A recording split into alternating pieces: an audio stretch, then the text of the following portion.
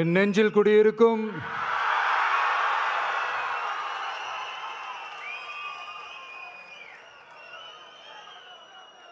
என்னுடைய தோழர்களுக்கும் தோழிகளுக்கும் தமிழக மக்களுக்கும் என்னுடைய வணக்கம். நம்ம குடும்ப உறவுகளை இழந்ததுனால சொல்ல முடியாத வேதனையிலும் வலியிலும் இவ்வளோ நாளாக இருந்தோம். அப்படிப்பட்ட அந்த சூழல்ல நம்ம சொந்தங்களின் மனம் பற்றி இருக்க வேண்டியது நம்மளுடைய கடமை. அதனால தான் அவங்களோட சேர்ந்து அமைதி காத்து வந்தோம். ஆனால் இப்படி அமைதி காத்து வந்த நேரத்தில் நம்மளை பற்றி வன்ம அரசியல் வலைகள், அர்த்தமற்ற அவதூறுகள்னு இந்த மாதிரி நிறையா விஷயங்கள் நம்மளை பற்றி பின்னப்பட்டன, பரப்பப்பட்டன. இது எல்லாமே சட்டம் மற்றும் சத்தியத்தின் துணை கொண்டு துடைத்து எறிய தான் போகிறோம். பட் அதுக்கு முன்னாடி தமிழக சட்டமன்றத்தில் நமக்கு எதிராக நிகழ்த்தப்பட்ட ஒரு உரைக்கு ஒரு நாகரிக பதிலடி கொடுக்கணும்னு நான் நினைக்கிறேன்.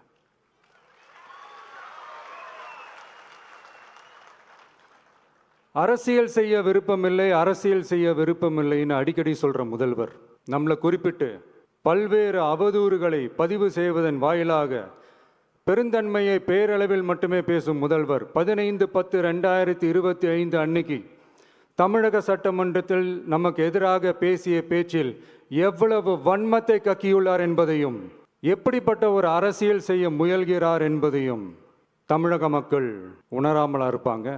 இந்த கரூரோட சேர்ந்து 5-6 மாவட்டத்துக்கு இந்த மக்கள் சந்திப்பு நிகழ்ச்சிகள்லாம் நடத்தியிருக்கிறோம், போயிருக்கிறோம். அங்கெல்லாம் இந்த லாஸ்ட் மினிட் வரைக்கும் எங்களுக்கு அந்த இடம் கொடுப்பாங்களா மாட்டாங்களா, பெர்மிஷன் தருவாங்களா மாட்டாங்களா, இப்படியே இழுத்து அடிச்சுக்கிட்டு இருப்பாங்க. தான் நாகப்பட்டினத்தில் சொன்னது மாதிரி தான், நாங்கள் ஒரு இடம் செலக்ட் பண்ணி கேட்போம், மக்கள் நல்லா ஸ்பேஷியஸாக நின்று பார்க்குற மாதிரி. பட் அவங்க அதையெல்லாம் ரிஜெக்ட் பண்ணிவிட்டு மக்கள் நெருக்கடியோடு நின்று பார்க்குற மாதிரி ஒரு இடத்த செலக்ட் பண்ணி எங்களுக்கு கொடுப்பாங்க. இது டிஃபால்ட்டாக எல்லா இடத்துலையும் இந்த ஒரு ஆர்கியூமெண்ட் நடந்துட்டுருக்கோன்னு வைங்க. அது மட்டும் இல்லை, இந்தியாவிலேயே எந்த ஒரு அரசியல் கட்சி தலைவருக்கும் கொடுக்கப்படாத கண்டிஷன்ஸ். பஸ்ஸுக்குள்ளேயே இருந்து பார்க்கணும், மேலே கை காட்டக்கூடாது, இப்படிலாம் ஒரு அதீத கட்டுப்பாடுகளை கொடுத்த உடனே எங்கள் சைட்லேருந்து ஒரு அறிக்கையும் வெளியிட்டோம். அது மட்டும் இல்லை, தமிழக வெற்றி கழகம் சார்பாக அனைத்து கட்சிகளுக்கும் சமமாக ஒரு முறையான ஒரு பொது வழிகாட்டு முறைகள், SOPஸ்ன்னு சொல்லுவாங்க, அதையும் வழங்கணும்னு சொல்லி உயர்நீதிமன்றத்தையும் நாடி இருக்கணும். இதுவும் தமிழக மக்கள் உணராமலாக இருப்பாங்க. இப்படி ஒரு அரசியல் காழ்ப்புடன் நேர்மை திறனற்று நம்மளை பற்றி குற்றம் சாட்டியுள்ள குறுகிய மனம் கொண்ட முதல்வர் அவர்களுக்கு ஒரு சில கேள்விகள். உச்சநீதிமன்றத்தில், அதாவது 13/10/2025 அன்னைக்கு உச்சநீதிமன்றத்தில் நடந்த அந்த விவாதங்களை வைத்தும் அந்தந்த உத்தரவுகளை வைத்தும் இந்த கேள்விகள். இப்படி பொய் மூட்டைகளாக நம்மளை பற்றி இந்த அவதூறுகளை அவிழ்த்து விட்ட முதல்வர் அவர்களுக்கும் திமுக அரசுக்கும் சார்பாக கோடிகளை கொட்டி அமர்த்தப்பட்ட அறிவார்ந்த வழக்கறிஞர்கள், அவங்க இந்த கபட நாடக திமுக அரசோட தில்லுமுல்லுகளை தாங்கி பிடிக்க இயலாமல் உச்சநீதிமன்றத்தில் திக்கு திணறி நின்றது முதல்வர் அவர்களுக்கு மறந்துவிட்டதா?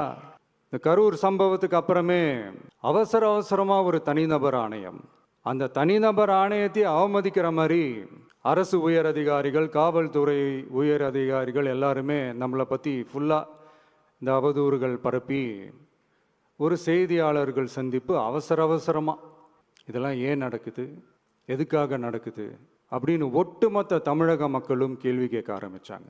இதுவும் தமிழக முதல்வர் மறந்துட்டாரா? அதுக்கப்புறம் அந்த தனிநபர் ஆணையத்தை தலையிலேயே கொட்டி வீட்டுக்கு அனுப்பிச்சிட்டாங்க, அது வேறு விஷயம். இப்படிலாம் கேள்வி கேட்ட உடனே ஏதாவது பதில் சொல்லி ஆகணும்ல. அதனால சட்டமன்றத்தில் பேசும்போது உண்மை நிலையை தெளிவுபடுத்தத்தான் அப்படின்னு ஏதோ இந்த சட்ட ரீதியாகவும் சத்தியத்திற்காகவும் நடந்தது போல ஏதோ சாமர்த்தியமாக பேசுகிறதா நினச்சி பேசியிருக்காங்க.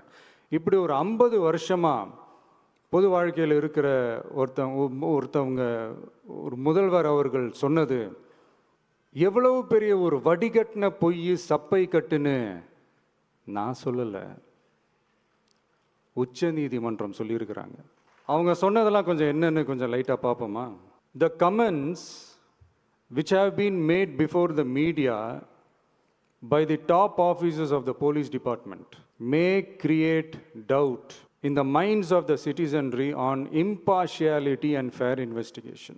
The faith and trust of the general public on the process of investigation must be restored in the criminal justice system. அதாவது அரசு காவல் உயர் அதிகாரிகள் ஊடகங்களிடம் பேசியது என்பது பொதுமக்களிடையே நியாயமான விசாரணை நடக்குமா என்ற சந்தேகத்தை ஏற்படுத்தக்கூடும் என்றும், நியாயமான விசாரணை மூலமே அந்த சந்தேகத்தை மீட்டெடுத்தே ஆக வேண்டும் என்றும் உச்சநீதிமன்றம் தமிழக அரசின் தலையில் ஓங்கி நறுக்கு நறுக்கு நறுக்கு என்று கொட்டியதை முதல்வர் அவர்கள் மறந்துட்டாரா? மாண்புமை சென்னை உயர்நீதிமன்றத்தின் மாண்புமிகு நீதியரசர் SIT அமைத்து உத்தரவிட்டார் அல்லவா? அந்த உத்தரவை ஏதோ சட்டத்தின் மீதும் நீதி பரிபாலனத்தின் மீதும் மரியாதை கொண்டவர்கள் போல ஒரு நாடகத்தனமான கொண்டாட்டத்தை திமுகவும் திமுகவிற்கு ஒத்து ஊதுவோரும் நடத்தி கூத்தாடி குதூளித்தனர் அல்லவா? தாவேகாவிற்கு எதிராகவும் நமக்கு எதிராகவும் உயர்நீதிமன்ற மாண்புமிகு நீதியரசர் தீர்ப்பளித்து விட்டதாக விதந்தோதி விழா எடுத்தனர் அல்லவா? அந்த உத்தரவை குறித்து சொல்லும்போது எந்த ஆவணத்தின் அடிப்படையில் அந்த உத்தரவு அமைக்கப்பட்டது? நான் கேட்கல, உச்சநீதிமன்றம் கேட்டிருக்கிறாங்க. The judgment is completely silent about how learned single judge arrived at such a conclusion and what material was pursued by the court என்று உச்சநீதிமன்றம் உரத்த குரலில் கேள்வி கேட்டது. அப்போதும் கூட உச்சநீதிமன்றத்தில் திமுக அரசுக்காக வாதாடிய அறிவார்ந்த மூத்த வழக்கறிஞர்கள் பதில் சொல்ல இயலாமல் வாய் மூடி மௌனம் காத்ததை நாடே பார்த்ததல்லவா? இதையும் முதல்வர் அவர்கள் மறந்துட்டாரா? Such petition ought to be dealt with by the division bench, registering as public interest litigation in right earnest and not to be dealt with by a single bench. அதாவது பொது வழிகாட்டு முறைகளான SOP அமைக்கப்பட்டு வெளியிட வேண்டும் என்ற கோரிக்கையுடன் வந்த ரிட் மனுவை நீதிபதிகள் டிவிஷன் பெஞ்ச் தான் கையாள வேண்டும், தனி நீதிபதி பெஞ்ச் கையாளக்கூடாது என்றும் உச்சநீதிமன்றம் சொன்னதல்லவா? அது மட்டுமா, கோரிக்கையே இல்லாமல் SIT அமைக்கப்பட்டது எந்த வகையில் சரி என்றும் கேள்வி எழுப்பியது உச்சநீதிமன்றம். இது எல்லாமே அறியாமலோ இல்லை அறியாதது போலவோ உச்சபட்ச அதிகார மயக்கத்தில் இருந்து பேசினாரோ முதல்வர் அவர்கள்? மனிதாபிமானம், அரசியல் அறம், மாண்பு இதெல்லாம் எதுவுமே இல்லாம வெறும் பேச்சில் மட்டுமே பேசிக்கிட்டு அரசியல் ஆதாயம் தேடுற ஆட்டத்தை ஆடத் தொடங்கிவிட்டார் முதல்வர் அவர்கள். இதெல்லாம் என்ன அவங்களுக்கு புதுசா? என்ன 1969க்கு அப்புறமே எப்போ கட்சி அவங்க கைக்கு வந்ததோ, இன்னும் குறிப்பாக சொல்லணும்னா 1972க்கு அப்புறம் கேள்வி கேட்க ஆளே இல்லாமல் போச்சுல, அதுக்கப்புறமே இந்த திமுக தலைமை இப்படி தானே இருக்குது. இப்போ நாங்கள் கேட்டோமே இந்த சில கேள்விகள்லாம், இதெல்லாம் நான் கேட்கல, சுப்ரீம் கோர்ட் கேட்டிருக்கு. இதனால என்ன புரிய வருது? இந்த கவர்மெண்ட் நடத்துகிற அந்த விசாரணை மேலே சந்தேகம் ஏற்படுதுன்னா அதுக்கு என்ன அர்த்தம்? உங்கள் மேலே நம்பிக்கை இல்லைன்னு அர்த்தம். இதெல்லாம் ஏன் எதுக்காகன்னு முதல்வர் அவர்களுக்கு புரியுதா? சுப்ரீம் கோர்ட் சொன்னதோட மட்டும் இல்லை, நிஜத்திலும் இன்னைக்கு மக்களுக்கு இந்த கவர்மெண்ட் மேலே இருக்கிற நம்பிக்கை மொத்தமாக மண்ணுக்குள் புதைந்து விட்டது. இதுவாவது முதல்வர் அவர்களுக்கு புரியுதா? புரியலனா 2026 தேர்தலில் இந்த திமுக தலைமைக்கு மக்கள் இன்னும் ஆழமா அழுத்தமா புரிய வைப்பாங்க. அப்போ கூட இவங்க என்ன பண்ணுவாங்க தெரியும்ல? 5 வருஷத்துக்கு ஒரு வாட்டி பழக்க தோஷத்தில் ஒரு அறிக்கையை ஒன்று வெளியிடுவாங்களே, மக்கள் தீர்ப்புக்கு தலை வணங்குகிறோம் அப்படின்ட்டு அந்த அறிக்கையை வெளியிட்டுட்டு இப்போ அறிவாலயத்தில் போய் ஓடி ஒளிஞ்சுப்பாங்க. இப்போவே ரெடி பண்ணி வச்சுக்கோங்க அந்த அறிக்கையை. எப்படி? மக்கள் தீர்ப்புக்கு தலை வணங்குகிறோம். நான் போன பொதுக்குழுவில் சொன்னதை தான் இங்கே நான் திரும்பவும் சொல்கிறேன். இயற்கையும் இறைவனும் நம் தமிழக சொந்தங்களின் வடிவில் மாபெரும் மக்கள் சக்தியை நம்ம கூடவே நிற்கும் போது மக்களுக்கான அரசியலை தடுப்பவர் எவர்? அதனால தோழர்களே, நமக்கு வந்திருக்கிற இந்த இடையூறு வெறும் டெம்பரவரி மட்டும்தான். எல்லாத்தையும் தகர்த்தெறிவோம், மக்களோட கை கோர்த்து நிற்போம், மக்களோட களத்தில் போய் நிற்போம். நம்ம பயணத்தில் தடம் மாறவே மாட்டோம்.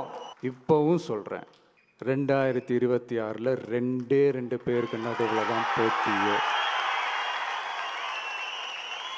ஒன்று, இன்னொன்று,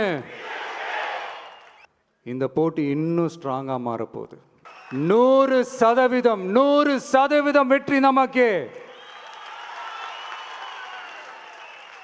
வாகை சூடுவோம், வரலாறு படைப்போம், கான்பிடென்ட்டா இருங்க, நல்லதே நடக்கும், வெற்றி நிச்சயம். மீண்டும் சந்திக்கும் வரை நன்றி, வணக்கம்.